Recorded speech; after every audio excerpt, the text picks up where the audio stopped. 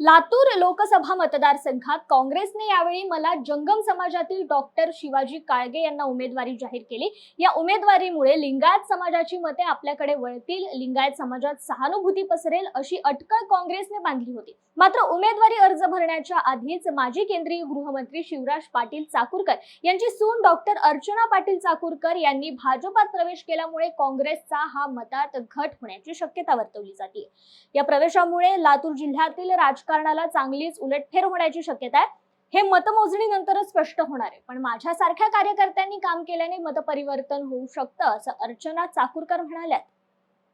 फार मोठा पक्ष आहे, त्यामुळे माझ्यासारख्या एखाद्या छोट्या कार्यकर्त्याचं इकडून तिकडे गेल्यामुळं काही फटका वगैरे बसणार नाही आहे मला वाटत नाही। पण हां, माझ्यासारख्या लोकांनी काम करण्यामुळं थोडंफार मतपरिवर्तन आम्ही करू शकतो असं मला वाटतं। मला वाटतं मी एक सुशिक्षित सक्षम महिला आहे, ज्या 50% मतदार महिला आहेत। त्यामुळं माझ्यासारख्यांना जर भाजपाने म्हणजे माझ्यासारख्या अनेक महिला भगिनी आहेत, तर त्यांना जर व्यवस्थितपणे आपण काम करण्याची संधी दिली तर नक्कीच भाजपला त्याचा फायदा होणार आहे।